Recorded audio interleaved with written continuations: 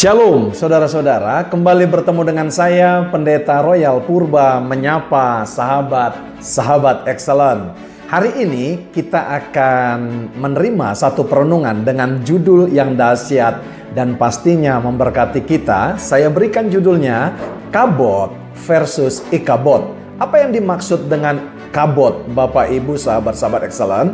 Kabot adalah kemuliaan Tuhan yang termanifestasi dalam kehidupan setiap orang percaya.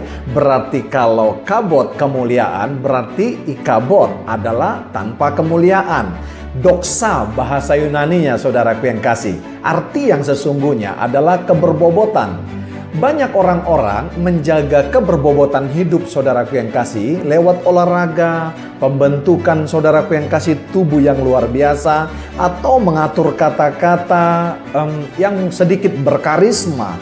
Saudara, bahkan banyak orang menempuh jalur pendidikan yang namanya sekolah kepribadian. Saudara, itu tidak salah saudara, selama menunjang saudara apa yang ada dalam kehidupan saudara, menunjukkan segala sesuatunya dari kemuliaan Tuhan, no problem. Tapi saudara, ada begitu banyak orang konsentrasi dengan hal tersebut tanpa konsentrasi dengan kabot yang sebenarnya. Ingat sekali kita dengan satu cerita yang di dalam 1 Samuel tentang anak-anak Imam Eli, yaitu Hofni dan Finehas. Haleluya. Nah, saudara, ada begitu banyak kita tahu cerita ini.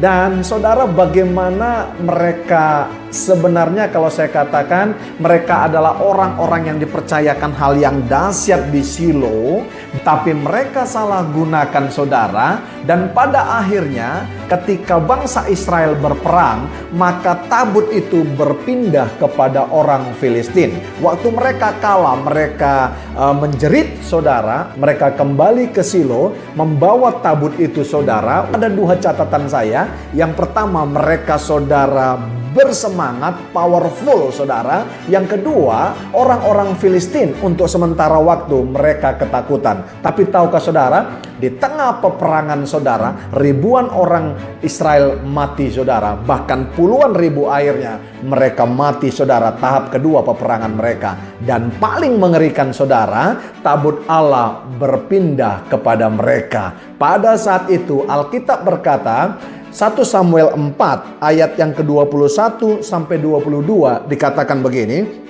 Ia menamai anak itu Ikabot, katanya, telah lenyap kemuliaan dari Israel karena tabut Allah sudah dirampas dan karena mertuanya dan suaminya. Katanya, telah lenyap kemuliaan dari Israel sebab tabut Allah telah dirampas. Tahu saudara, kedua anak Imam Eli, Hofni dan Finehas, meninggal saudara pada peperangan itu. Bukan itu saja, Imam Eli juga saudara meninggal. Karena apa? Dia mendengar anaknya saudara mati dalam peperangan itu saudara. Dan pertama, bukan saja Imam Eli karena mendengar anaknya mati saudara, karena dia sudah tahu kelakuan anaknya yang begitu bejat, tidur dengan teman-teman wanita pelayannya dan mengambil yang bukan bagiannya saudara. Tapi yang menggetarkan dia dan dia jatuh saudara adalah ketika dia mendengar tabut Allah dirampas dan pindah tangan kepada orang Filistin. Saudara, dan begitu juga, tidak kebetulan pada saat itu saudara, istri daripada Finehas